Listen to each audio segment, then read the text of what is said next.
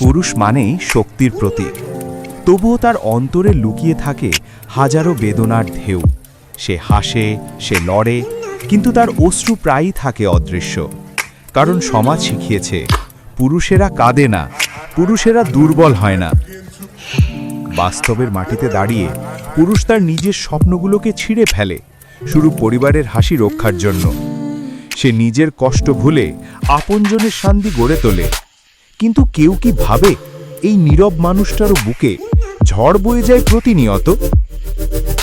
পুরুষ মানেই ত্যাগ, পুরুষ মানেই নিঃশব্দ ভালোবাসা, যার হাত শক্ত হলেও হৃদয়টা থাকে কোমল কাঁচের মতো। যে মানুষটা সবসময় ভরসা হয়ে দাঁড়ায়, কিন্তু রাতের অন্ধকারে নিজের একাকিত্বকে আঁকড়ে ধরে কাঁদে নিঃশব্দে।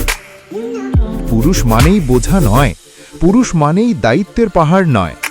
পুরুষও মানুষ, তারও কষ্ট আছে, অভিমান আছে, ভালোবাসা আছে, অপূর্ণ স্বপ্ন আছে।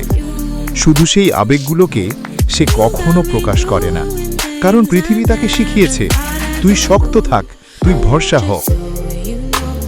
তবুও সত্যি হলো পুরুষও কাঁদে, পুরুষও ভাঙে, পুরুষও ভালোবাসে। শুধু তার কান্না, তার অভিমান, তার ভাঙন কেউ দেখে না। তবুও সে নীরবে বাঁচে, কারণ সে জানে তার ভরসাতেই বাঁচবে তার আপনজনেরা।